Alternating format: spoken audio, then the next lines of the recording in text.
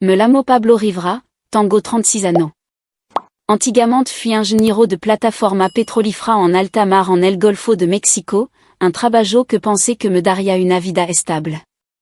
Pero ahora, no es más que un recuerdo lejano, destrozado como los cristal roto bajo mi pie. Ahora estoy desempleado, no porque me faltara habilidad, sino porque un evento devastador me derribó, dejando agotado y vagando por esta noche amargamente fría. El frío del invierno en el norte de México no es del tipo agradable. Ce cala en los uso, rocada fibra muscular, haciendo sentir pequeño e insignificante. Arrastro los pies por la acera, con las piernas pesada como si tuvieran plomo, y mi aliento sal en espesa nube blanca bajo las enfermiza luz amarilla de las farolas. Todo a mi alrededor parece burlarse de mí. Estos son los días más oscuros de mi vida, una racha de dia en los que ya no sé cuánto tiempo más podré seguir adelante. Recuerdo claramente el día en que todo empezó a derrumbarse. Pero este no es el momento de pensar en ello. No ahora mismo, solo quiero volver a la miserable habitación alquilada en la Safura, el único lugar que todavía tengo para recostar la cabeza. Y esa habitación no tiene nada más que 4 paredes mohosas, una cama vieja y chirriante, y el hedor a soldad. He vendido todo el de valor. La vieja camioneta es ahora mi único medio de transporte. Pero esta noche decidí caminar, como si quisiera castigarme a mí mismo. La calle está vacía. Ni un alma alrededor, solo el viento volando a través de los árboles esqueléticos, arrastrando algunos copos de nieve disperso. La nieve es rara en Monterrey, pero cuando llega, trae una tristeza melancólica, cubriéndolo todo de blanco y haciendo que las cosas parezcan más limpias de lo que real no son. Me sé lleno más mi vieja chacta. La única chacta que me queda, desgastada en los hombros y llena de agujero, pero es mi último escudo contra el frío que intenta tragarme entero. Cada paso es una lucha. Pienso en todo lo que he perdido, el trabajo, la familia, el respeto. Siento el corazón pesado, como si una roca me aplastara el pecho, haciendo que cada respiración si dolorosa. Un fracaso, Pablo, me digo en silencio, la voz en mi cabeza resonando como un regano del pasado. Solía estar orgulloso de mí mismo. Solía pensar que era el pilar de mi familia, pero ahora solo soy un vagabundo. Sin dinero, sin futuro. El frío atraviesa mi ropa, arrastrando hasta mi piel, haciéndome temblar incontrolablemente. Me detengo un momento, apoyándome en una farola, tratando de respirar profundamente para calmarme. La luz brilla sobre el pavimento espolvoreado de nieve, proyectando extraña sombra que parecen susurrar sobre mi destino. Sigo caminando, dirigiéndome hacia el parque, una gran área abierta en el borde de la ciudad donde los niños jugan durante el día, pero por la noche, es tan silencioso como un cementerio. Generalmente atajo por aquí para acortar el camino a casa, aunque siempre se siente desolado. Esta noche, una fina capa de nieve cubre la hierba, haciendo que todo se vea borroso bajo la luz de la luna. Camino despacio, tratando de evitar parches de hielo, cuando mi ojo aterrizant accidentellement en una figura en un banco. Et un anciano, acurrucado, inmóvil como un cadáver que aún no se ha enfriado. Mi corazón se aprieta. En la oscuridad, es solo una forma arrugada envuelta en harapo, hecha una bola para combatir el frío. El parque es vasto y está vacío, no es nadie más alrededor, solo el viento silbando entre los árboles y los copos de nieve cayendo. El cuerpo del anciano tiembla violentamente. Puedo verlo desde la distancia, como si se aferrara a su último poco de calor. Me detengo, dudando. ¿Qué demonio está haciendo, Pablo? Apenas puedo cuidar de ti mismo, dice esa voz en mi cabeza otra vez, llena de duda. Pero no puedo simplemente alejarme. Algo me impulsa hacia adelante. Me acerco silenciosamente, pisando suavemente sobre la fina nieve para no asustarlo. Cuando llego al banco, me inclino cerca para revisarlo. El olor a tierra fría y humedad llena mi nariz. Su labio está morado, mortalement palido bajo la tenue loose, issue aliento et una débile voluta de humo que se devanesse à l'instant. El anciano está a punto de morir congelado. Lo se con certeza. Su piel está helada cuando toco ligeramente su mano, y su ojo luchant por abrirse. Deja escapar uno sonido roto, algo como, tanto frío. Por favor, ayúdame. No son palabra completa, pero entiendo claramente. Si el odejo, no sobrevivirá la noche. Mi corazón late con fuerza, la adrenalina aumenta. Esto es el norte. El invierno puede matar, especialmente a los indigentes. Miro a mi alrededor. Nadie. Solo viento y nieve.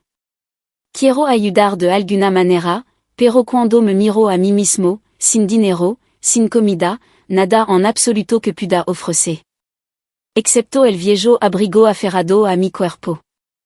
Es lo único que mantiene el frío a raya. El abrigo que usé en innombrables viajes largos de trabajo. Ahora, el último remanente de mi antigua vida.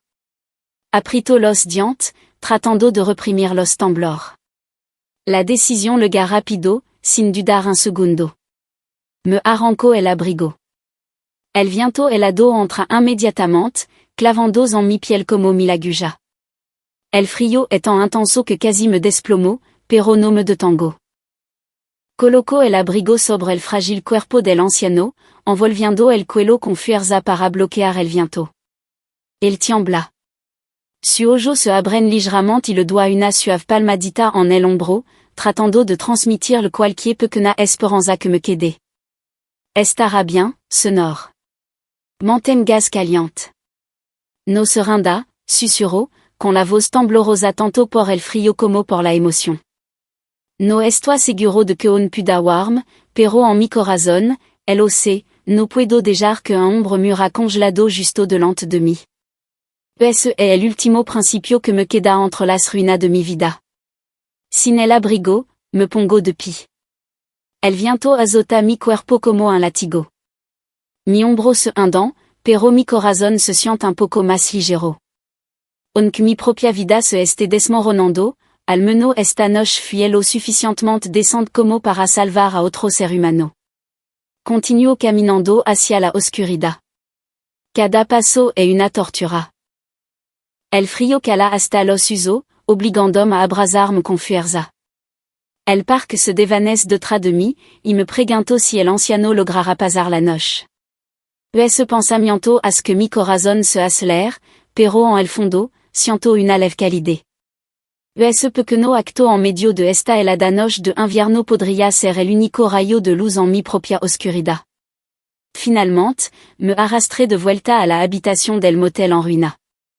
La oxidada puerta de Hiroshiro cuando la empujé para abrirla, y el hedor familiar a moho húmedo me golpeó como un saludo amargo. Accioné el interruptor. La parpadeante luz de néon arrojó un brillo amarillento y enfermizo sobre las cuatro paredes remandada, donde el moho negro se extendía como si fuera el verdadero dueño del lugar. Me desplomé en la vieja cama chirriante, los resortes gimiendo bajo mi cuerpo exhausto. Hacía mucho frío. Me envolví en la fina manta, pero el frío de las calles ya se había filtrado en mi uso. Sentado allí en ese espacio estrecho y oscuro, no pude contener las lágrimas cuando pensé en la vida que una vez tuve. ¿Cómo pudo cambiar todo tan rápido? Hace solo unos meses, era un hombre que él lo tenía todo. Ahora, ¿qué era yo? Un fracaso a la deriva por la vida como una sombra. Solía tener una vida estable. Al menos eso es lo que creía. Mi trabajo como ingeniero de plataforma petrolífera en alta mar en el Golfo pagaba lo suficientemente bien como para cuidar bien de mi familia. Aunque estaba lejos de casa durante semana, a veces meses seguido, eso largo turno en el mar, rodeado por un océano infinito y el rugido constante de la maquinaria, me desgastaban. Pero él lo soportaba porque sabía que alguien me esperaba en casa. Estaba orgulloso de nuestra pequeña y acogedora casa en la Safura de Monterrey, un lugar de 2 pisos con un pequeño jardín que cuidaba yo mismo cada vez que regresaba. Mi esposa, Regina Rivera, de 33 años, trabajaba en relación pública para una firma de publicidad. Era hermosa, con un cabello castano largo y brillante y una sonrisa que siempre se iluminaba cuando me veía en la puerta. Y mi hijo, Néstor Rivera, de solo 6 años, venía corriendo y me rodeaba con su brazo, con los ojos brillantes. Esos momentos eran los que me mantenían en marcha a través de todo. Pensé que tenía la familia perfecta, una vida que cualquiera envidiaría. Pero ahora, sentado en esta apestosa habitación alquilada, me di cuenta de que todo había sido una ilusión. El pasado regresó de golpe como un cuchillo retorciéndose en mi pecho, doliendo tanto que tuve que agarrarme el corazón. Recuerdo claramente ese fatídico día, el día en que todo se derrumbó en solo uno poco minuto. Era una tarde de fin de semana. Había habido un fallo técnico en la plataforma, una válvula de presión defectuosa, por ello que todo el equipo tuvo que detener el trabajo para reparación. Me permitieron ir a casa antes de lo esperado, y estaba extrañamente emocionado. Me imaginé la cara de Regina cuando cruzara la puerta sin previo aviso, como sonreiría brillantemente, me abrazaría, y tendríamos una velada cálida con Néstor. Conduje mi vieja camioneta a casa, con el corazón acelerado como un adolescente enamorado. En el camino, incluso me detuve para comprar un ramo de rosa roras, las favoritas de Regina, y un pequeño juguete para Néstor. Hoy va a ser perfecto, me dis-je, sonriendo solo en la cabina. Pero cuando me detuve frente a la casa, algo andaba mal. La puerta principal estaba ligeramente entreabierta, y extraño sonido de risa venían de adentro. Entré en silencio, queriendo sorprenderlo, pero la verdadera sorpresa me estaba esperando a mí. La puerta del dormitorio estaba entreabierta, y a través del hueco, escuché una respiración apresurada y el rítmico crujido de la cama. Mi corazón se apretó. Una sensación terrible surgió dentro de mí. Me congelé en el umbral, el ramo temblando en mi mano, pero mi pierna avanzaron por sí sola, empujando la puerta para abrirla. La vista frente a mí me convirtió en piedra. Regina, mi esposa, estaba envuelta alrededor de otro hombre, nada menos que César Haro, de 45 años, CEO de Grupo Energético Haro, la compañía para la que yo trabajaba. Él era rico, poderoso, su costoso traje ahora esparcido por el suelo, con esa misma expresión fría que siempre había temido y respetado en la oficina. Regina estaba encima de él, desnuda, sudando, su gemido cortándome como cuchillo. Me quedé allí durant unos segundos mientras todo mi mundo se desmoronaba. Luego, el shock se convirtió en una rabia explosiva. Entré cargando, arranqué a César de la cama y rugí, ¿qué demonio está haciendo con mi esposa? La habitación estalló en caos. Mueble volcado, el ramo aplastado bajo los pies en el suelo. César saltó con la fuerza de un hombre acostumbrado a dar orden y me golpeó fuertemente contra la pared. Mi cabeza golpeó la esquina de la mesita de noche, el dolor atravesandome, pero no me importó.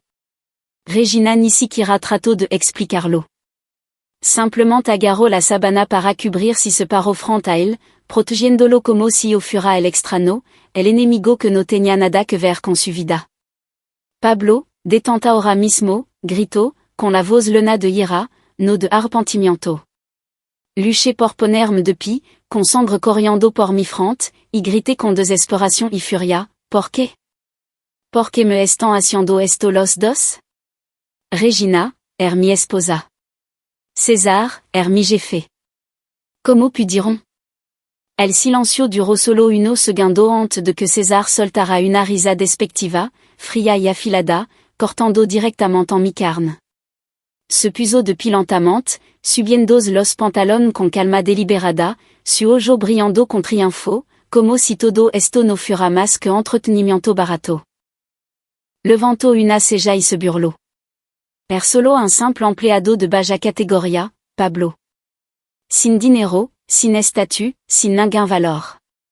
Dio un paso hacia mí, con los labios curvandos con arrogancia. Soy quien le da a Regina la vida lujosa y glamurosa que siempre ha querido.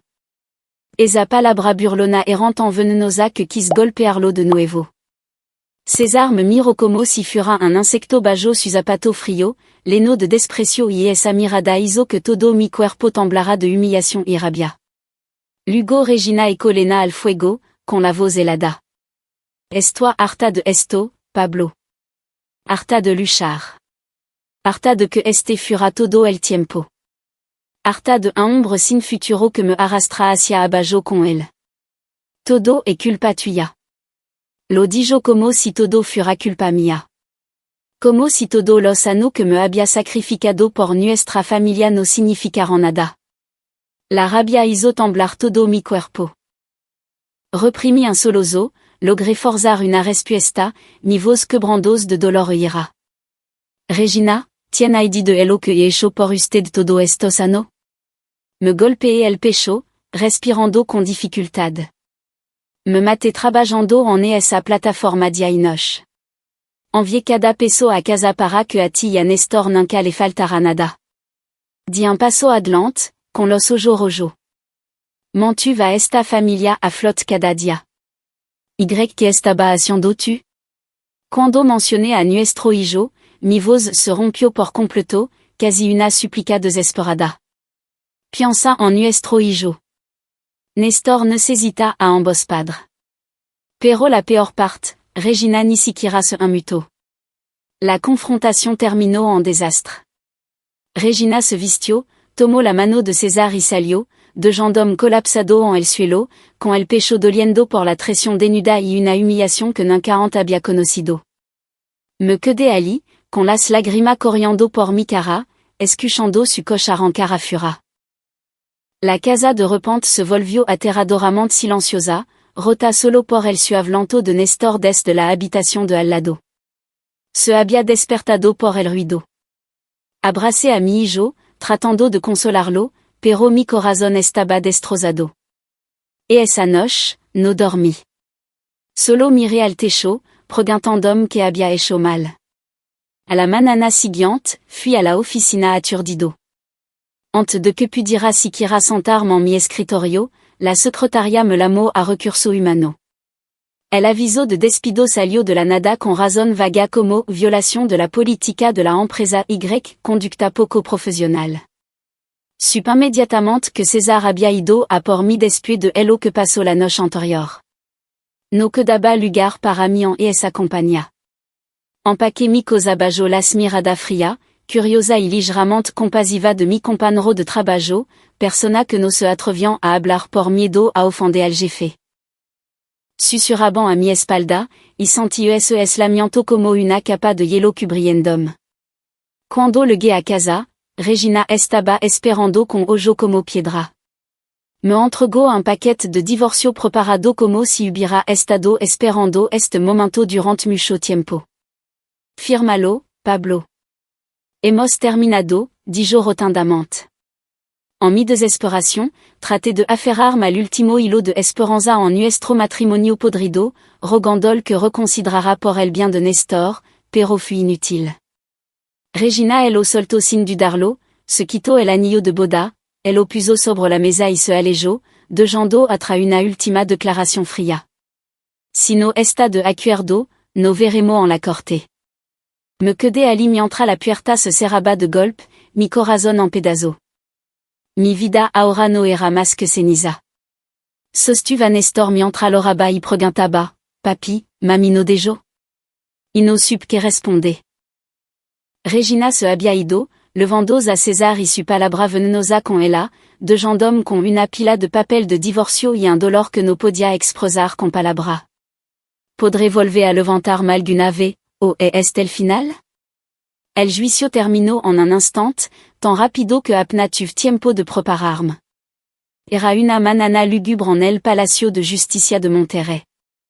El aire estaba espeso con el olor a papel viejo y los murmullos apagados de vida rota. Entré en la sala del tribunal usando mi único traje viejo, tratando de parecer respetable, pero mi corazón latía como un tambor de guerra. Regina estaba sentada al otro lado, perfectamente maquillada, flanqueada por un abogado costoso que claramente había sido pagado por César. Y entonces apareció él. César Haro, entrando con esa sonrisa arrogante como si esto fuera solo otra reunión de negocio en lugar de la audiencia que terminaría de destruir mi vida. No era un testigo oficial, pero su mera presencia era suficiente para respaldar cada una de las afirmaciones de Regina, usando su poder e influencia para mantenerme acorralado. Lo miré fijamente, la rabia aprotando mi pecho, pero él solo me dio una media sonrisa burlona, como si yo estuviera por debajo de su atención. Regina comenzó con un aluvión de acusación pesada, su voz tranquila pero venenosa. Afirmó que yo era emocionalmente abusivo, controlador y irresponsable con la familia, palabra que me dejaron atónito y sin habla. Siempre controlaba todo y nunca me dejaba tener libertad, le dijo al juez, mirándolo directamente. Descuidaba a nuestro hijo por el trabajo, y cuando estaba en casa, lo único que hacía era discutir. Quería gritar que todo era mentira, que había sacrificado todo por esta familia. Pero mi abogado, un joven que contraté con el último de mi dinero, solo podía sacudir la cabeza con impotencia. Apenas tuve oportunidad de defenderme. Todo parecía haber sido arreglado de antemano. Depuis detrás de ella, César suministró prueba que convenientemente favorecían a Regina, correo electrónico sacado de contexto para pintarme como un tirano, informe de la compañía fabricado retratándome como un esposo inestable y de mal genio. Estas son declaración de colga, dijo el abogado de Regina, agitando papel que yo sabía con certeza que César había orquestado. Traté de objetar, con la voz temblorosa. Eso no es cierto. Yo nunca. Pero el juez me interrumpió, y todo avanzó como una pesadilla de la que no podía despertar. Debido a que cada activo importante la casa, los coches, las cuentas de ahorro había estado a nombre de Regina solamente, un error estúpido que cometía sano porque confiaba en ella. No tenía base legal para quedarme con nada. Pensé que era una forma de proteger a la familia. Ahora, se había convertido en el arma usada en mi contra. El juez dictaminó que todas las propiedades y la custodia total de Néstor fueron para Regina. Se me concedieron solo visita limitada, una poca hora supervisada a la semana, porque carecía de los medios financieros y la estabilidad emocional para cuidar de mi hijo. Cada palabra del falo me golpeó como un martillo en el pecho. El dolor era tan agudo que tuve que agarrarme a la silla para mantenerme en pie. Me quedé congelado en la sala del tribunal, incapaz de comprender cómo mi vida se había deslizado tan lejos, como no me quedaba nada que perder. Regina sonrió con satisfacción. César le dio una palmadita en el hombro como si acabaran de cerrar un trato lucrativo. Y todo lo que pude hacer fue mirar a Néstor, mi pequeño nino sentado en la última fila, con los ojos rojos de l'horror. Mientras el mundo colapsaba a mi alrededor, susurró, papi. Pero no pude ir hacia el debido a la orden judicial. Salí del juzgado completamente destrozado, mi paso pesado en el pasillo frío. Se sentía como si el mundo entero me hubiera dado la espalda, dejándome hundirme solo en un abismo del que nadie me sacaría. Empezó a llover a fura, gota pesada golpeando mi cara como una burla. Vagué sin rumbo bajo el aguacero, sin saber a dónde ir, solo consciente de que la casa ya no era un hogar. Eventualmente, regresé una última vez para empacar en silencio las poca cosa que on tenía en la caja de mi vieja camioneta, foto familiar, un par de muda de ropa, alguno de los juguetes de Néstor, todo embutido en caja de cartón desgastada. Regina estaba en la puerta con los brazos cruzados, mirándome con abierto desprecio, como si no pudiera esperar para deshacerse de mí. Date prisa, Pablo. No quiero ver tu cara ni un segundo más, dijo, con la voz helada. Néstor estaba solozando, corriendo para aferrarse a mi pierna, llorando, papi, no te veía. No me dejes.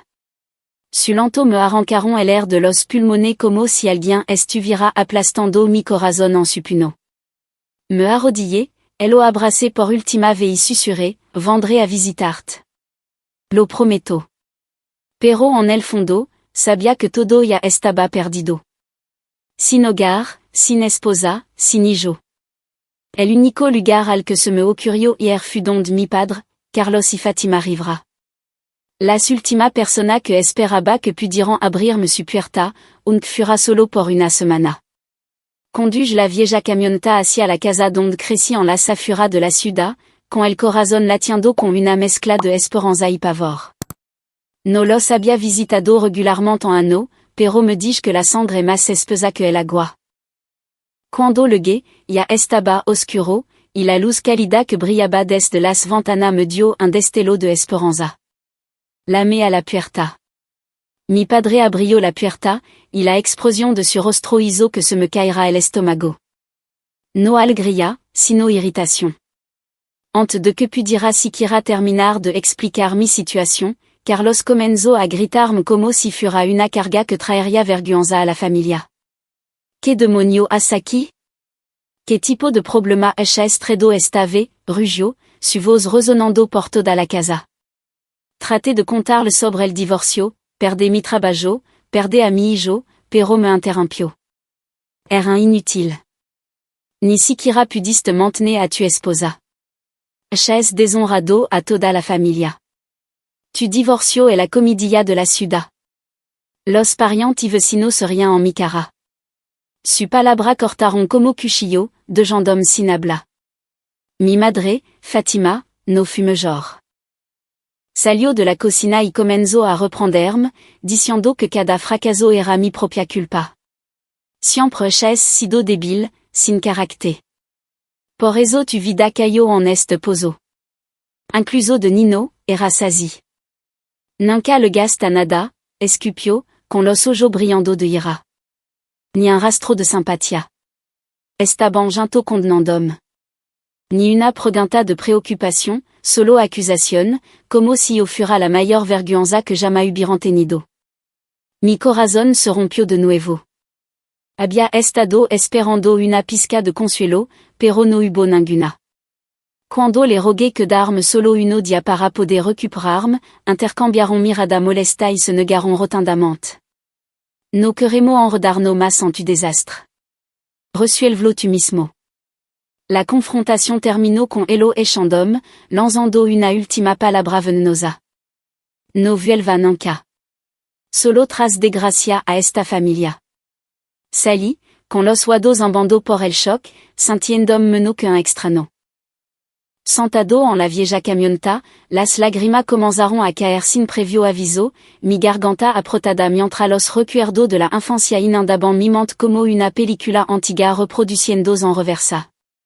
Recordé que incluso de Nino, mi padre siempre me menospreciaban. Cada pequeño error se convertía en un fracaso enorme, haciéndome sentir como una carga constante.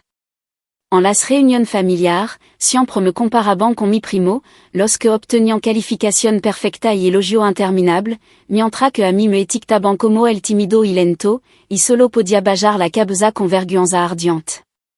A pesar de los regaños y el desprecio, siempre había tratado de cumplir con mi deber, despertándome temprano para ayudar con las tareas, estudiando mucho aunque no fuera un genio. Más de una vez, de adulto, envié dinero a casa para honrarlo. Sin embargo, nunca recibí una sola palabra de elogio o una mirada de orgullo, solo crítica. Esos recuerdos me hicieron darme cuenta de que había sido rechazado por mi propia familia hace mucho tiempo. Hoy simplemente lo dijeron en voz alta, dejándome completamente solo en la oscuridad sin ningún lugar al que llamar hogar. Conduis sin rumbo, las lágrimas nublando la carretera, el corazón latiendo con dolor e ira. ¿Era este finalmente el fondo? Me detuve a un lado de la carretera, miré hacia la oscuridad infinita y me pregunté cuánto tiempo más podría seguir adelante. Pero entonces la cara de Néstor apareció en mi mente, y supe que tenía que volver a levantarme. Me sequé las lágrimas, arranqué el motor y conduis directamente hacia la safura de Monterrey, donde los motel baratos brotan como un go despieux de la lluvia. Et esa noche, tarde, encontré un complejo en ruina con un letrero de néon parpadeante y medio muerto. Alquilé una habitación húmeda y denuda, solo una cama chirriante, una mesa de madera podrida y suficiente espacio para sobrevivir día a día. Me acosté, con el cuerpo completamente agotado, pero el sueno no llegó facilmente. El rugido de los camions en la autopista cercana resonaba como un recordatorio constante. Mi vida era ahora un bucle interminable de soldad. En eso primordia, viviendo solo en ese espacio sofocante, traté de recomponerme, diciéndome a mí mismo que tenía que empezar de nuevo, a pesar de que todo se había derrumbado.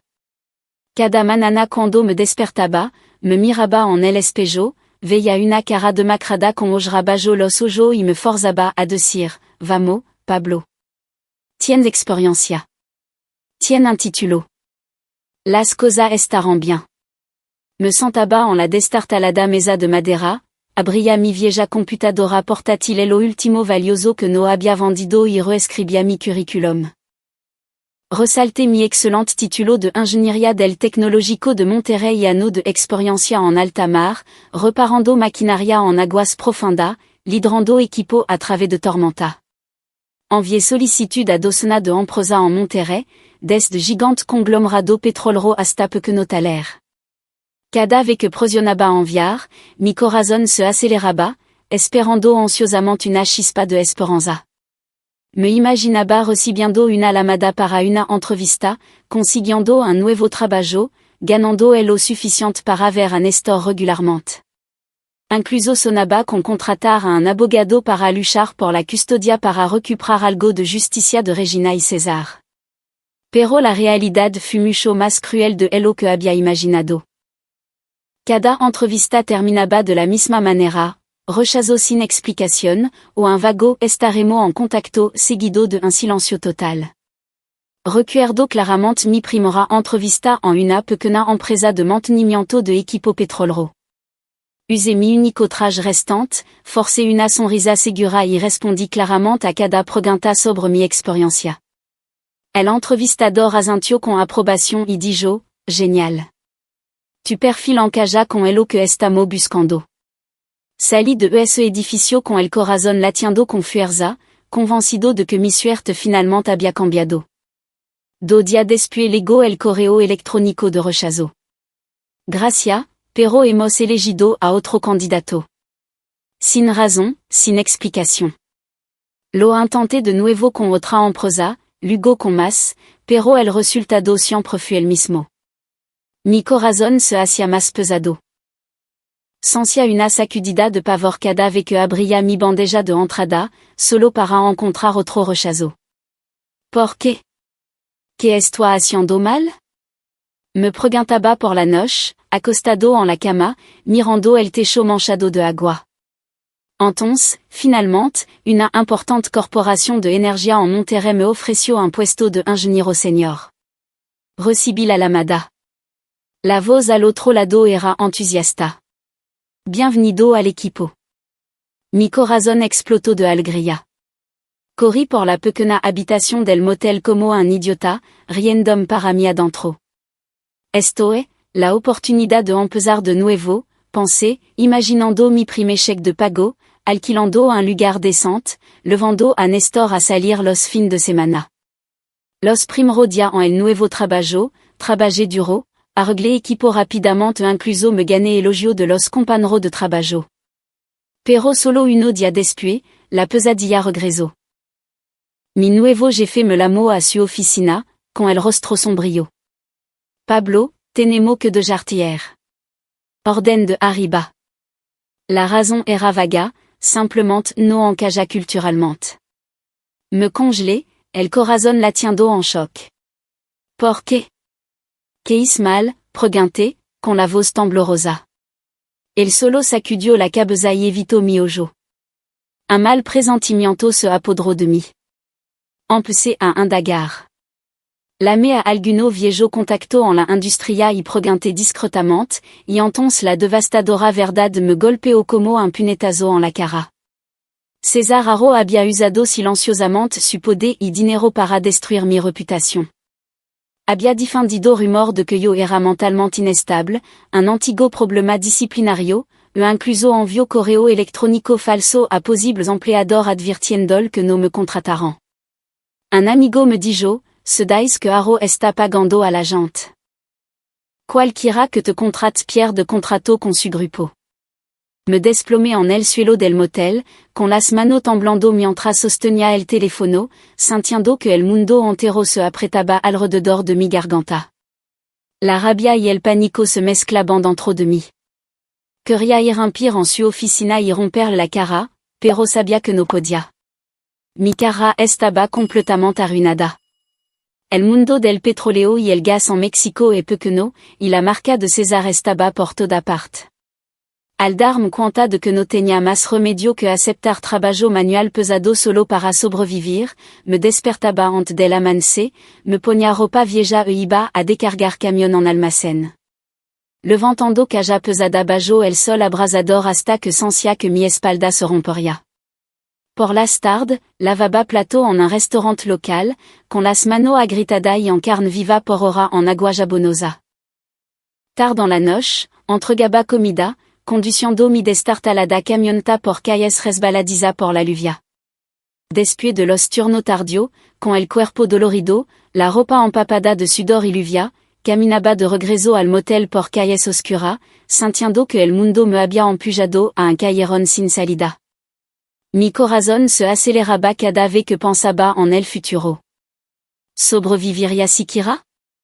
Cada noche, en el camino desde el estacionamiento a mi habitación, pasaba por un pequeño parque oscuro cerca del complejo, vacío, desolado con árbol esquelético y frío banco de piedra. Fui justo aquí, en una noche helada, donde conocí por primera vez al anciano indigente, y el momento en que le di mi abrigo para salvar su vida, sin saberlo, abrí un nuevo capítulo de mi destino. En ese momento, no tenía ni idea. Después de esa noche, la vida continuó, saliendo del motel antes del amanecer, trabajando hasta los usos hasta que se encendió las luces de la ciudad, luego arrastrándome a casa a través del parque silencioso. Cada noche que pasaba, me detenía unos minutos en el banco familiar donde descansaba el anciano, ahora envuelto en la fina manta que le había traído después de ese primer encuentro. Cuando nos volvimos a encontrar, se presentó suavemente como Benjamin, con la voz temblorosa por el frío pero llena de gratitud. Me salvaste la vida esa noche, hijo. Sois Benjamin, dijo, con los ojos brillando bajo la tenue luz de la farola. Solo sonreí y sacudí la cabeza. Cualquiera hubiera hecho lo mismo, señor. Pero Benjamin sacudió la cabeza y dijo, el mundo rara vez tiene gente tan amable como tú, y a partir de entonces, me trató con verdadero afecto. A partir de ese día, siempre que tenía sobra de comida del restaurant, un sándwich, una chacta vieja, un par de calcetín casi nuevo comprado con mi escaso ahorro, se los levaba a Benjamin, compartiendo el poco que tenía. Él los aceptaba con una sonrisa agradecida, y comenzamos a hablar. En las noches en que la vida me aplastaba hasta que apenas podía respirar con la espalda dolorida por levantar caja, las manos dolorida por lavar plato, el corazón pesado por extrañar a Néstor iba con Benjamin y él lo soltaba todo. Le conté sobre mi infancia siendo menospreciado, mi matrimonio destruido por Regina y César, mi cara arruinada, los días solitarios que nadie entendía. Señor, parece que mi vida está maldita, dije, con la voz quebrada, el corazón acelerado mientras finalmente me abría. Benjamin escuchaba atentamente, su viejo ojo a veces se iluminaban con una extraña comprensión. Nunca juzgaba. Solo asensía y ofrecía consejo corto pero profundo. La vida es como el océano, hijo. Las tormentas van y vienen. Lo que importa es mantener una mano firme en el timón. Esa palabra me ayudaron a mantenerme firme en la tormenta de la vida, como un sedant en plena noche. Poco a poco, dejé de ver a Benjamin como un extraño y comencé a pensar en él como un viejo amigo, la única persona que escuchaba sin juzgar ni mirarme por encima del hombro. Benjamin también se abrió, compartiendo ocasionalmente fragmentos de su propia vida, años de perdida y soledad no muy diferentes a los míos. Una vez tuve una familia, un trabajo estable, luego todo se vino abajo, dijo con una voz baja y triste que me hizo inclinarme, con el corazón latiendo con anticipación. Aunque nuestra circunstancia era mando aparte yo un ingeniero desempleado, et un vagabundo sin hogar encontramos un terreno común, ambos solo, ambos cargando herida demasiado profunda para hablar de ils facilmente. Ambos viviendo en las sombras donde a nadie realme le importaba. Esa charla nocturna en el parque se convertiront en mi salvavida, haciéndome sentir un conectado con el mundo, que alguien todavía veía valor en mí. Las conversaciones se extendían desde el clima hasta el significado de la vida, y comencé a esperarla como una parte esencial de mi día. Pero no tenía idea de que este humilde amigo indigente me estaba observando de una manera completamente diferente, su ojo a veces brillaban con una inteligencia aguda, como si me evaluaran. Y il era quien, en un solo momento que pronto le garia, pondría mi vida pata arriba. Cada noche de camino a casa, pensaba en Benjamin con un poco de calidez, pero también con preocupación. Estaba bien en el frío? Mi vida continuó, llena de derrota y tenu destello de esperanza. Pero en el fondo, podía sentir que se acercaba un cambio. Esos días pasaron como un bucle interminable del infierno. Pero mi amistad con Benjamin era el único punto brillante que me impedía hundirme por completo. Todavía trabajaba hasta los usos desde la mañana hasta la noche. Mi cuerpo agotado, pero mi espíritu aferrando desesperadamente. Un mediodía sofocante en Monterrey, con el sol abrasando como si quisiera quemarme la piel, estaba de pie en el vestíbulo de mi antigua empresa, Grupo Energético Aro, usando un uniforme de reparto descolorido, un viejo polo con los hombros deshilachado y el logo barato del restaurante, aferrando una bolsa de comida humeante. Este lugar solía ser mi orgullo. Cada mañana entraba aquí como ingeniero de alta mar, con la cabeza en alto, saludado calurosamente por Colga. Y ahora aquí estaba, un extraño en mi propio pasado, sudando a mar bajo el sol abrasador, sosteniendo un envase de espuma con hamburguesa y papa frita, esperando a que alguien tomara el pedido. La amargura surgió a través de mi mientras los recuerdos de dia mejor inundaban mi mente. Réunion de estrategia sobre extraction de petróleo, riendo con compañero de trabajo, la sensación de ser parte de algo grande. Ahora solo era un repartidor, un fracaso regresando a la escena de su propia queda. Mi corazón se apretó. Estaba aterrorizado de que alguien me reconociera, o peor aún, me mirara con lástima. Solo entregué el pedido, me guardé uno miserable peso de propina y estaba a punto de salir corriendo para escapar de la avalancha de recuerdo. Mi paso era apresurado, con la cabeza baja, tratando de evitar cualquier cara familiar que pudiera pasar. Pero entonces una voz aguda y burlona resonó detrás de mí, sacándome de mi pensamiento. Veilla, veilla, miren quién es. El gran ingeniero Rivera, ahora un chico de los recados. La vida da vuelta rápido, ¿no? Y esa voz era tan familiar que se sintió como una mano apretando mi corazón hasta que se detuvo. La sangre corrió a mi cara. Me congelé, los dedos apretando alrededor de la correa de mi bolsa, luchando contra el temblor en mi mano. Alguien se rió por el obajo. El air de repente se volvió pesado. Me giré lentamente, con el corazón latiendo como tambor de guerra, y me quedé entumecido cuando sis a Regina y a César parado uno al lado del otro. Se veían rico, arrogante. Regina con un vestido ajustado y joya brillante, César con un traje caro, su brazo cubriendo posesivamente su hombro como si presumiera su felicidad sobre las ruinas de mi vida. Regina se veía más radiante que nunca, con el cabello en un elegante recogido, una sonrisa falsa pegada, mientras que César levaba esa expresión fría familiar como un reexaminando su dominio. Se detuvieron y me miraron como si fuera un juguete roto. ¿Por qué estaban aquí? ¿Por qué el destino me empujó a este momento? Los empleados curiosos comenzaron a reunirse, señalando. El tipo que solía ser la estrella de la compañía, el que lideraba gran proyecto, ahora parado en el vestíbulo sosteniendo comida para levar barata.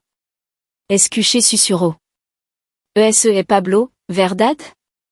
Se ve patético. Escuché que lo despidieron por golpear al jefe. Esa palabra cortaron como cuchillo. Mi cara ardía de humillación. Quería correr, di un paso atrás, pero Regina bloqueo deliberadamente mi camino, su ojo frio escaneando mi apariencia desalinada, camisa empapada de sudor, jean gastado, zapato sucio. Ella sonrió con prosinción y desató un torrent de insultos. Mirat, Pablo. Pobre, patético, un fracaso sin esperanza. No solía pensar que eras el sostén de la familia? Y ahora juntando centavo, haciendo trabajo extrano? Te lo mereces. Su voz resonó por el vestibulo, goteando veneno. Traté de tragar saliva, mi corazón latía tan fuerte que podía escucharlo en mi oído, queriendo defenderme, pero mi garganta se cerró. César estaba a su lado, con los brazos cruzados, mirándome con pura arrogancia, una sonrisa despectiva en su labio. Nunca perteneciste a esta industria, Pablo. Solo sirve para trabajo de baja categoría. Nunca volverá a levantar la cabeza. Sus palabras se clavaron directamente en mi corazón. Los recuerdos de la noche en que me robó a mi esposa regrosaron de golpe, haciéndome temblar de rabia y vergüenza. La multitud se hizo más ruidosa. Algunos se burlaban, otros sacudiant la cabeza con lástima, otros sacaban teléfono para grabar. Me sentí expuesto, denudado bajo la mirada cruel del mundo.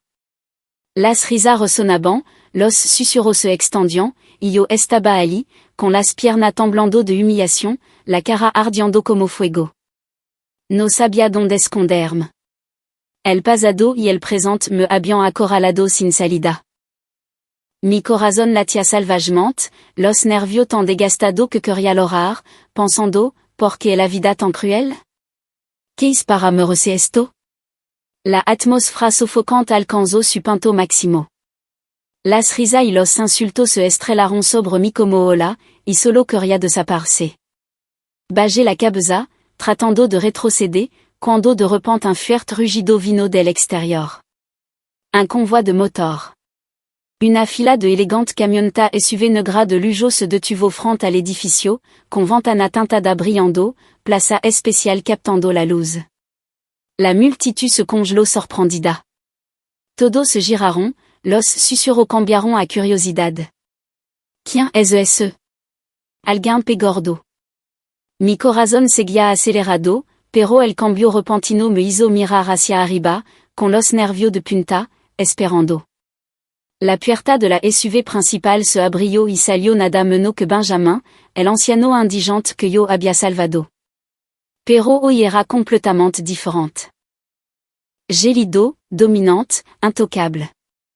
Levaba un traje perfectamente hecho a medida, el cabello plateado bien peinado, caminando con autoridad firme, flanqueado por un equipo de guardaespaldas. Su rostro ya no levaba el cansancio de un vagabundo callejero. Irradiaba poder. Su ojo agudo brillant a la multitud. Cuando sis a Benjamin, me quedé atónito. Con la boca abierta, el corazón latiendo como si fuera a explotar. Benjamin, el anciano del parque, susurré, incapaz de creer lo que veía en mi ojo. ¿Cómo estaba el aquí luciendo así? Mientras tanto, la cara de César se puso blanca como una sabana, pánico en su ojo, como si hubiera visto su peor pesadilla cobrar vida. Retrocedió un paso tropezando, tartamudeando, papá, ¿por qué está aquí? Todo el vestibulo cayó en un silencio sepulcral. Se podría haber oído caer un alfiler. Benjamin caminó directamente hacia nosotros, con los ojos fijos solo en César y en mí. Se detuvo justo frente a nosotros, su mirada helada clavada en César, luego levantó la mano y le propinó una bofetada atronadora en la cara a su hijo frente a cientos de ojos que miraban fijamente. El chasquido agudo resonó por el pasillo, silenciándolo todo. César se tambaleó, agarrando la mejilla enrojecida, con la cara sonrojada por el dolor y la humillación. Regina se quedó congelada, con la boca abierta en shock. Yo simplemente me quedé allí, con el corazón latiendo fuera de control, dándome cuenta de que mi vida estaba a punto de dar un giro que nadie, y menos yo, podría haber predicho jamás. Todo el vestibulo cayó en un silencio sepulcral. Ni una tos, ni siquiera una respiración fuerte. Ciento de hojo estaban muy abierto como si acabaran de presenciar la salida del sol por el oeste. Susuyo, el hombre más poderoso del edificio, aquel cuyo mero seno francido podía silenciar un piso entero, acababa de recibir una bofetada en la cara a plena luz del día por parte de un anciano de cabello plateado. Me quedé congelado como una estatua, mimante dando vuelta, incapaz de conciliar las dos imagen, el anciano temblando acurrucado en un banco del parque en esa helada noche de invierno, y el hombre que ahora estaba de pie ante mí con un traje negro brillante, irradiando la presencia abrumadora de un rey reclamando su trono. Mi corazón latía tan fuerte que me embaban los oídos. Apna me atrevía a respirar, aterrorizado de que todo esto fuera un sueño y de que despertara todavía aferrando una bolsa de comida grasienta entre risa burlona. César fut el primero en romper el silencio. Tartamudeo, con la voz temblorosa, despojado de todo rastro de autoridad. Papa, ¿cuándo regresaste? ¿Por qué? ¿Por qué haces esto delante de los empleados? Trató de mantenerse erguido, pero su mano un cul brillant su mejilla ardiente, los ojos brillando con miedo y furia. Regina se había puesto ceniza, con los labios temblando, agarrando inconscientement el brazo de César como si él pudiera devancerse. Miré a Benjamin, esperando una explicación. Cualquier explicación. Pero no respondió de inmediato. Simplement barrió su mirada lentamente por el vestibulo, su ojo afilado como cuchilla, haciendo que la gente instintivamente bajara la cabeza o retrocediera. Luego Benjamin me señaló directamente, su mano temblando ligeramente por la emoción reprimida. Su voz resonó profunda, pesada, cada palabra talada en el aire. Pablo Rivera. Este el hombre más decente que he conocido. Me salvó la vida en la noche más fría que he conocido cuando no tenía ni un peso a mi nombre ni un alma a mi lado. Se quitó el último abrigo que levaba y me envolvió con él. Sin pedir nada, sin siquiera saber quién era yo. Luego se giró para enfrentar a César, su mirada tan penetrante que todo el vestibulo pareció estremecerse. Su voz bajó, gélida y dura como el acero. Mi hijo nunca ha entendido una sola vez lo que significan las palabras humanidad y decencia. El vestibulo contuvo la respiración de nuevo. Podía escuchar mi propio corazón tronando en mi pecho. La cara de César se puso carmesí de vergüenza y rabia. Gritó, no puedo hacer esto. Soit el CEO. No puedo humillarme frente a toda la compañía. Dio un paso desesperado hacia adelante, con la voz quebrada. Benjamin solo le dio una sonrisa fría y cortante. Y esa bofetada fut demasiado ligera para todo lo que se echó en los últimos 5 años, César. En ese momento exacto, el ascensor privado al final del vestíbulo sonó. Las puertas se abrieron. Salió toda la cúpula directiva de la corporación. Persona que los empleados comunes solo veían en pantalla durante las reuniones de accionistas, el presidente de la junta, el director financiero, el asesor general, todo con traje negro, rostro grave. Hielo que casi me derriba, se inclinaron profondamente, respetuosamente, y al unisono perfecto dijeron, damos la bienvenida al presidente de regreso. No a César. A Benjamin. En cuestión de segundo, todo se volvió cegadoramente claro, como si alguien hubiera encendido reflector en plena noche. Benjamin Arono era solo el padre de César. Era el fundador, el presidente supremo, el multimillonario recluso detrás de todo el grupo energético Aro. El hombre que había convertido una pequeña empresa en un imperio energético multimillonario. A quien la prensa llamaba el monstruo silencioso del norte. El hombre que nadie había visto en público durante 5 años entre porque se había retirado de la alta sociedad y desaparecido. Y ese hombre había vivido como un vagabundo sin hogar acurrucado en un banco del parque mientras yo le daba el último abrigo que poseía. Me quedé alicinable, con las piernas debilitandos, agarrándome a una columna cercana para no colapsar. El viejo amigo con el que había compartido sándwich sobrante, al que le había abierto mi corazón sobre perdé a mi hijo, a mi esposa, todo, era el multimillonario que sostenía un imperio en su mano. Benjamin me hizo un gesto para que él siguiera al ascensor privado del presidente.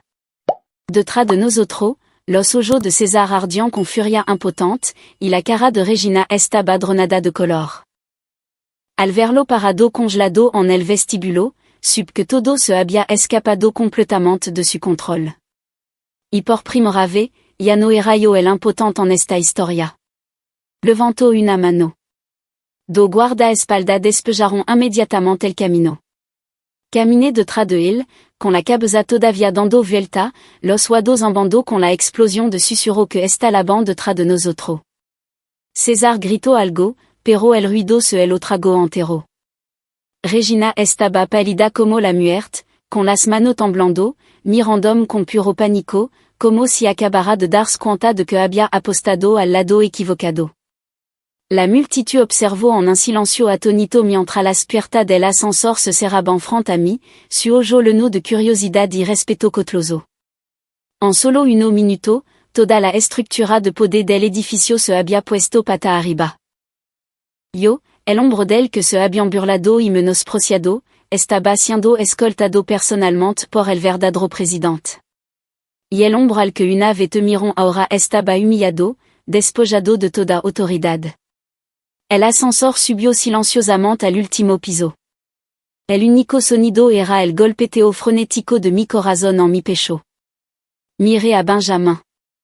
Estaba perfectamente erguido, con las manos juntas frente a él, la cara tranquila, como si acabara de dar un paseo tranquilo por el parque en lugar de volcar un imperio entero.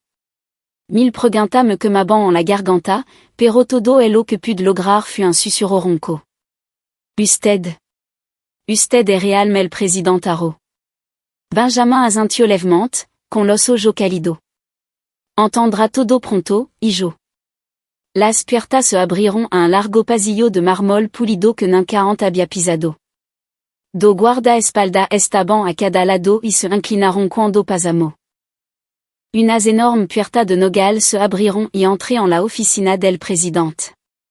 Un espacio tan vasto que casi me tambaleé. Una paredera de vidrio del piso al techo con vista a la brillante extensión de Monterrey bajo el sol de la tarde. En el lado opuesto había un escritorio de ébano. Detrás colgaba una pintura abstracta que valía una fortuna. Me quedé allí incomodamente, todavía con mi sucio uniforme de reparto, aferrando el envase de comida de espuma ahora frío. Benjamin sonrió levemente y me indicó que me sentara en el lujoso sofá de cuero. Me senté, con las manos temblando sobre las rodillas. Benjamin caminó alrededor del escritorio, pero no tomó la silla del presidente.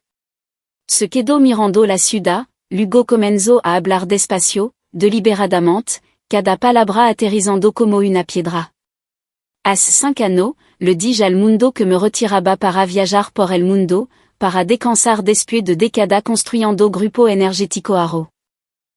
La prensa se volvió loca.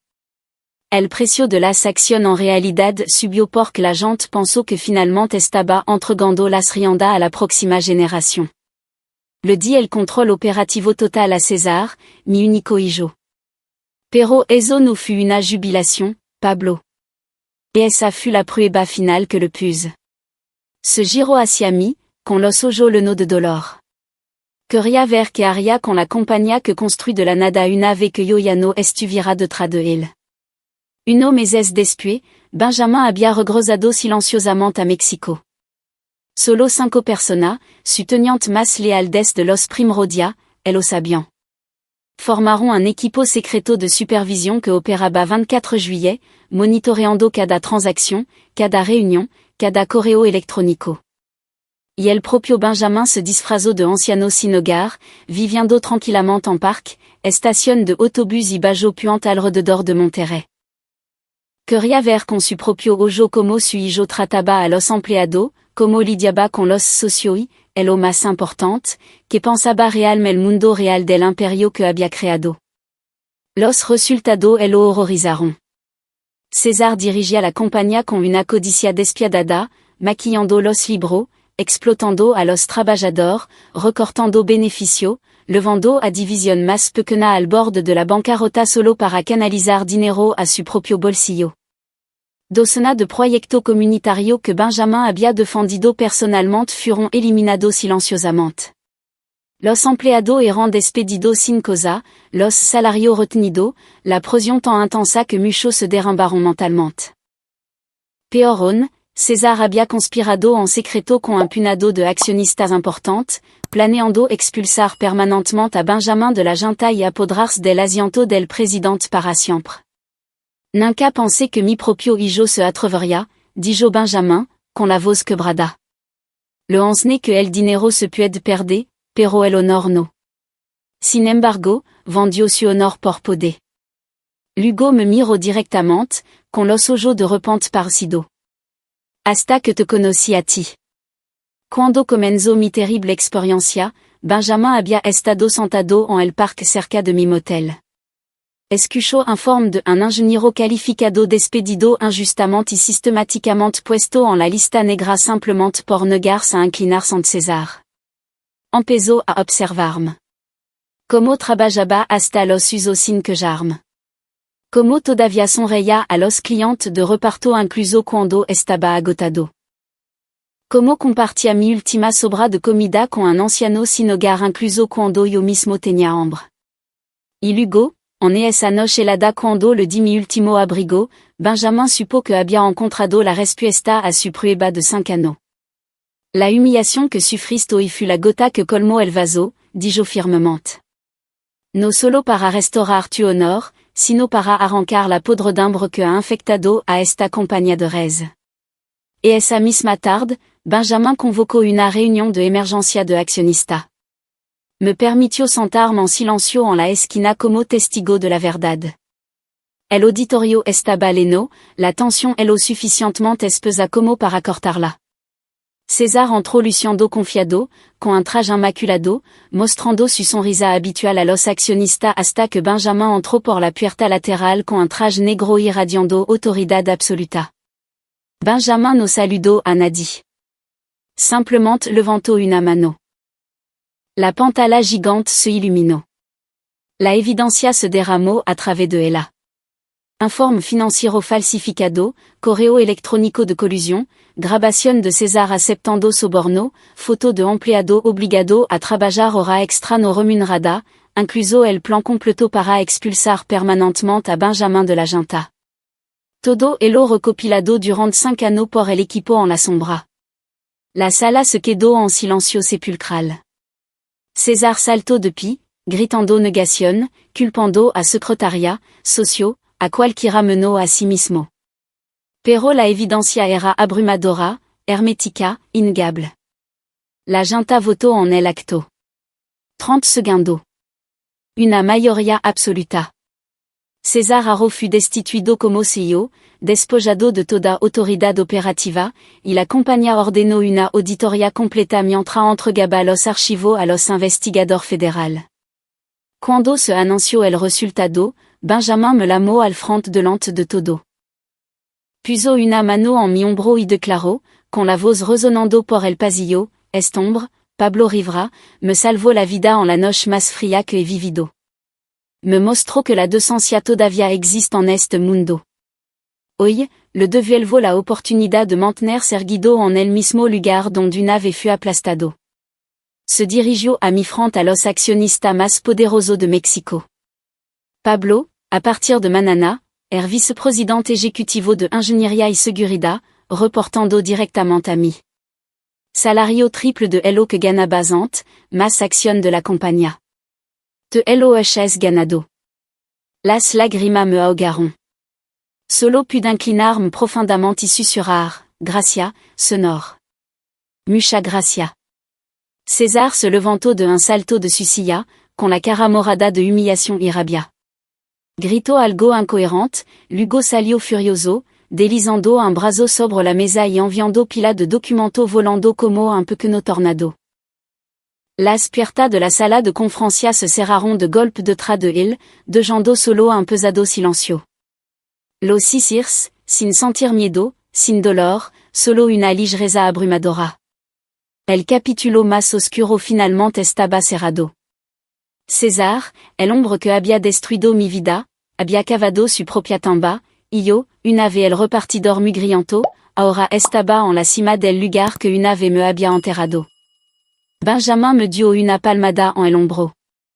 Vet a casa, duchat, descansa. Manana empieza de nuevo, y esta vez nadie volverá a ponerte una mano encima. Assenti, las lágrimas cayendo silenciosamente. No de tristeza, sino porque después de tanto sufrimiento, la justicia finalmente había llegado. No a través de la violencia, no a través del dinero, sino a través de la simple bondad que nunca había perdido. Salí de esa sala de reunión con la cabeza bien alta. El largo pasillo quedó en silencio y la gente se inclinó cuando pasé. Ya no era el fracaso. Era Pablo Rivera, sobreviviente del infierno. Y ahora, por la propia mano del destino, regresaba al lugar al que verdaderamente pertenecía. La noticia del despido de César se extendió como la pólvora. En cuestión de hora, todo el grupo energético arroé lo sabía. Mensaje interno, chat grupal, correo electrónico, luego la prensa, luego las redes sociales. Y esa misma noche, estalló escándalo tras escándalo. Cientos de millones de pesos desviados. Filial levada deliberadamente a la bancarrota para beneficio personal. Empleado explotado, impuesto evadido. Los principales accionistas exigiront una investigación completa. Y en cuestión de día, la reputación de César Haro quedó completamente destruida. De principe petrolero del norte a fraude del siglo. Se le prohibió salir del país, su cuenta congelada, su abogado luchando por negociar sentencia reducida. Escuché las noticias y no sentí nada más que un largo y tranquilo suspiro.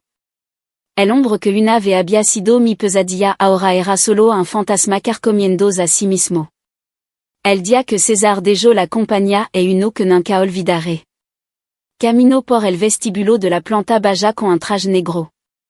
Cientos de empleados que una vez temblaron en una sola mirada suya ahora estaban perfectamente quietos. Sin saludo, sin contacto visual. Ese silencio frío era más aterrador que cualquier ira. César mantuvo la cabeza baja, salió apresuradamente por la puerta, se subió a su Bentley y desapareció bajo la lluvia torrencial de Monterrey. Miré desde una ventana de un piso alto. Sin sonrisa, sin regodeo, solo una repentina ligereza en mi pecho. Más tarde, Benjamin me dijo, no hice esto solo por ti, Pablo. 5 anneaux de observation me mostraron que ese chico ya no es mi hijo. Traicionó a su familia y todo es lo que construí. Tu fuiste simplement la última gota que hizo rebosar el vaso. Entendí, y estaba agradecido de que hubiera elegido la justicia sobre la cendre. Y así comencé un capítulo completamente nuevo. Mi primer día como vicepresidente ejecutivo de Ingeniería y Seguridad, usé el traje nuevo que Benjamin me había dado y entré al edificio sintiendo por primera vez en mi vida que real me estaba respirando con mi propio pulmón. Los empleados se inclinaban con genuino respeto. No más mirada de lástima. No más susurro a mi espalda. Tenía mi propia oficina con vista a la ciudad, un salario triple al interior, acción de la compañía y, lo más importante, la oportunidad de demostrar que pertenecía a él. Trabajé como un hombre posado, revisé cada protocolo de seguridad en las plataformas, reduje los accidentes laborales a casi cero en 6 meses. Benjamin a menudo me daba una palmada en el hombro. Lo está haciendo mejor que yo, hijo. Mi juicio sobre las personas nunca estuvo equivocado. Me mudé de ese motel miserable la semana siguiente. Un apartamento de 2 habitaciones cerca del centro con un pequeño balcón lleno de planta y una habitación solo para Néstor, con las paredes cubiertas de cartel de superhéroes. La primera vez que entré, me paré en la sala de estar vacía y l'oré en silencio. Esto era un hogar, un verdadero hogar. Con mi nueva posición, contraté inmediatamente a uno de los mejores abogados de divorcio de Monterrey, del tipo que trabaja para multimillonario petrolero. Solicitamos reabrir el caso de divorcio, armado con prueba irrefutable, correo electrónico, mensaje de texto, grabación que probaban que César había manipulado los procedimientos original, sobornado a testigo, doctoreado documento. Regina entró en pánico cuando fue notificada. Para entonces, César la había cortado por completo. Sin llamada, sin dinero, sin explicación. Ella perdió su trabajo. Su antigua firma de relación pública la dejó caer en el momento en que estalló el escándalo. Los amigos desaparecieron. La familia le dio la espalda. Estaba completamente sola. El segundo juicio tomó solo 3 semanas. Regina se sentó en la corte luciendo delgada y desgastada. Ya no era la mujer glamorosa con maquillaje perfecto, tenía los ojos rojos de horror. La evidencia era abrumadora. Adulterio, manipulación de registro, inestabilidad financiera, no apta para criar a un niño. El juez el fallo claramente, custodia total de Néstor para mí. Se ordenó a Regina pagar manutención infantil mensual y se le concedieron solo visita supervisada. En el momento en que cayó el mazo, Regina se derrumbó, solozando en la sala del tribunal, su rostro colapsando. Pero yo solo me quedé allí en silencio. No sentí lástima. Ella había elegido este camino hace mucho tiempo. Hoy era simplemente el final que ella había escrito para sí misma. El día que Néstor se mudó conmigo fue el mejor día de mi vida. Me paré en la puerta, con el corazón acelerado mientras el coche de la trabajadora social se detenía. Néstor salió con su pequeña mochila de Superman, con los ojos muy abiertos, mirando a su alrededor. Cuando me vio, corrió y me rodeó con su brazo, aferrándose con fuerza. Papi, ¿de verdad me lo va a casa? Me arrodillé, el lo abracé tan fuerte que apenas podía respirar, las lágrimas cayendo sobre su cabello. Sí, y yo. A partir de ahora, nunca volveremos a estar separados. No quedamos en la sala de estar así, abrazándonos y llorando hasta que ambos nos reíamos a través de las lágrimas.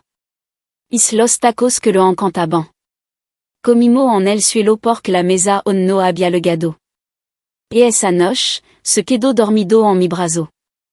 Besé sufrante, las lágrimas cayendo de nuevo. Por fin, había recuperado el lo más importante de mi vida. En cuanto a Regina, viejo amigo me dijeron que ahora vive en un pequeño apartamento alquilado, trabaja a tiempo parcial, no le queda nadie de su antigua vida, y su familia solo sacude la cabeza. La gente susurra que una vez se acostó con un CEO ahora bajo investigación criminal, y su reputación está destrozada. No me regodeo. Solo me siento tranquilo. Ella fue una vez mi esposa, la mujer que más amaba. Pero ahora es solo una parte de un pasado que está muerto. Unos meses después, cuando mi vida se había asentado verdaderamente, mi padre aparecieron sin previo aviso en mi nuevo apartamento. Estaban vestido pulcramente, mamá sosteniendo una lata de galta, papá con una sonrisa incómoda. Pablo, no te hemos visto en tanto tiempo, así que vinimos a visitarte. Hablaron de reconciliación, de empezar de nuevo, de lo orgulloso que estaban ahora que yo tenía éxito, de cómo la familia debería estar junta de nuevo. Escuché en silencio, sin invitarlo a pasar de inmediato. Los miré a los ojos y cis claramente. No era amor, era orgullo. Me habían echado como a un perro callejero cuando no tenía nada. Ahora veían el coche bonito, el hermoso apartamento, el gran título, y venían arrastrándose de vuelta.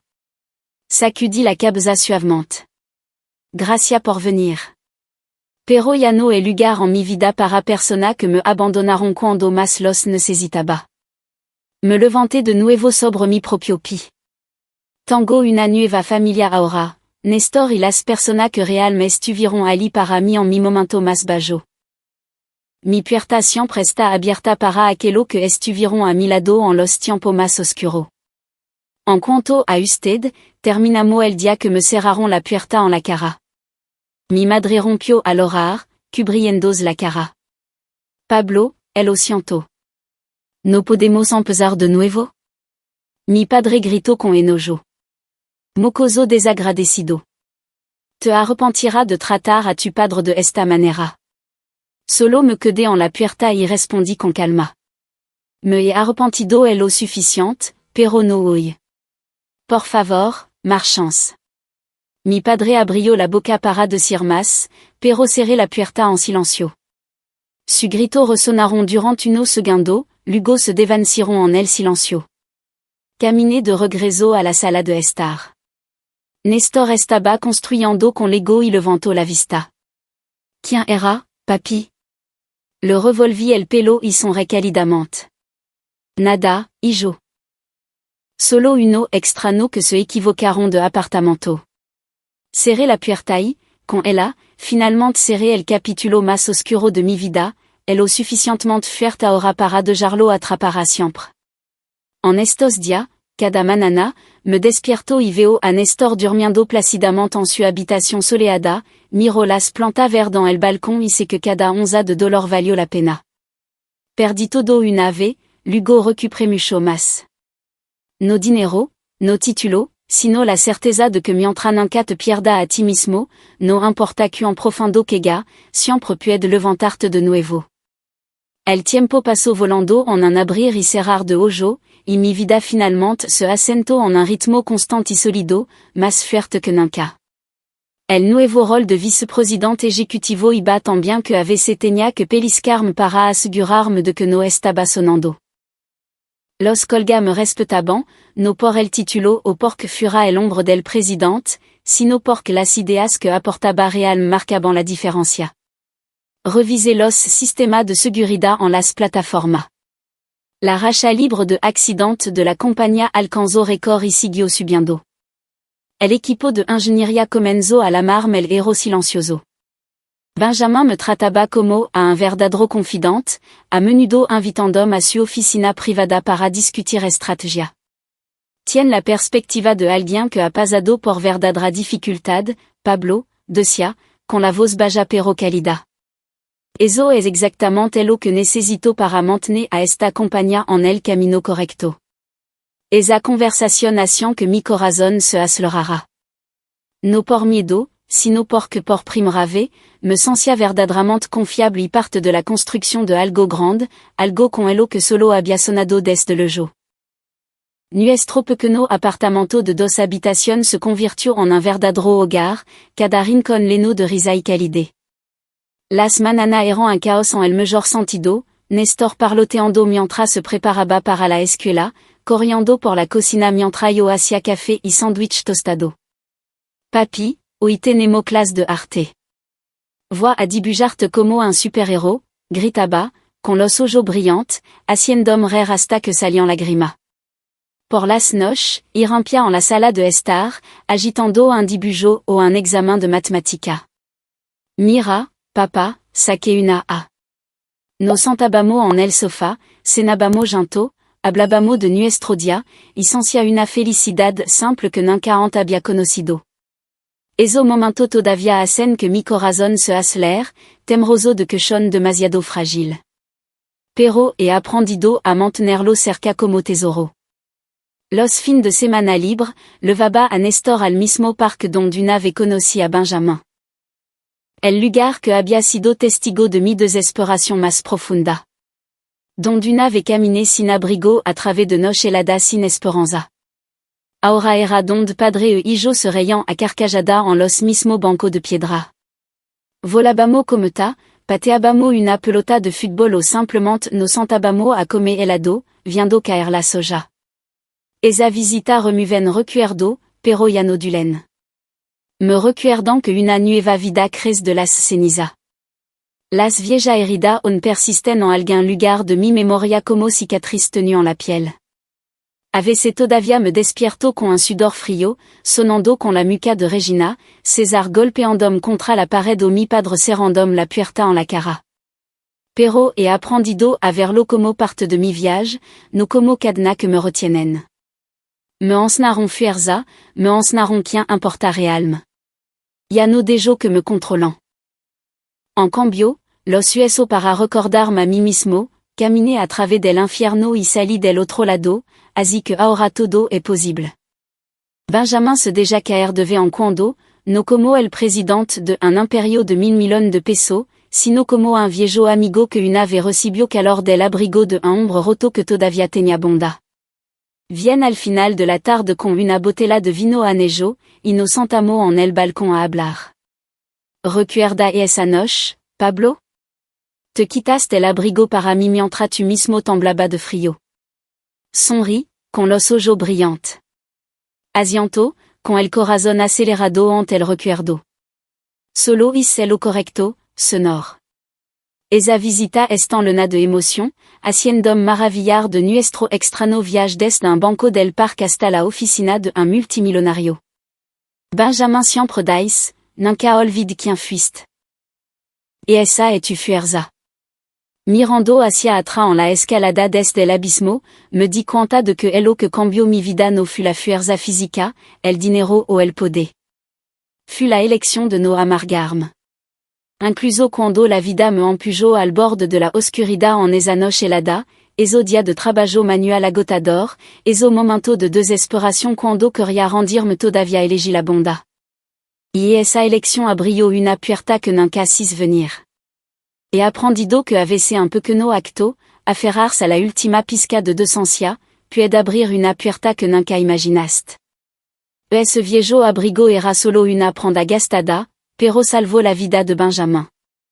Y a través de él, salvó la mía. A menudo se lo digo a Néstor para que lo entienda. Y yo, nunca esperé para hacer el bien. Hazlo en el momento en que pueda porque la vida tiene una forma extraña de devolverlo. He tomado en serio la lección de la resiliencia. Alguna cosa se pueden perder, robar o traicionar, trabajo, familia, amigo. Pero el carácter es lo único que nadie puede quitarte a menos que lo dejes hier. Casi lo dejó hier, acostado en esa humilde habitación de motel, pensando que no me quedaba nada. Pero no lo hice. Me aferré a mi carácter y me levantó. Ahora entiendo que el perdón no es para la persona que te lastimó. Es para que pueda avanzar sin cargar con el peso del odio. El odio solo te mantiene atrapado en un pasado quemado, viviendo para siempre en la oscuridad. He perdonado a Regina, a César, a mi padre, no porque se lo merezcan, sino porque yo merezco ser libre. Cuando pienso en lo ahora, no era, solo paz. Mi consejo para mí mismo y para cualquiera que haya sido roto de la manera en que yo lo fui, a veces la vida te arroja al fondo no para destruirte, sino para obligarte a ver quién está real de tu lado y aprender a levantar usando la fuerza dentro de ti. 6 claramente. Regina eligió el dinero. César eligió el poder. Mi padre eligieron el falso orgullo. Solo Benjamin, un extraño, estuvo conmigo por bondad. Y me levanté, no por nadie más, sino porque me negué a rendirme. Creo que la vida no mide a una persona por lo que tiene en la cima, sino por cómo se levanta desde el fondo con dignidad, integridad y compasión, incluso por extraño. Una vez tuve un trabajo estable y una familia feliz. Pero ese no era el verdadero yo. El verdadero yo es el hombre que le dio su abrigo a un extraño en una noche helada. El padre que loro abrazando a su hijo en una sala de estar vacía. El hombre que se negó a regresar a un pasado tóxico. Y cuando veo a Néstor durmiendo plácidamente en su pequeña habitación soleada, sé que aunque una vez perdí casi todo, recuperé lo que más importa, el derecho a ser un buen padre y el derecho a escribir mi propia vida de la manera que merezco. Me acuesto junto a mi hijo, escuchando su respiración constante, y sonrío. Mi vida es finalmente mía y de nadie más.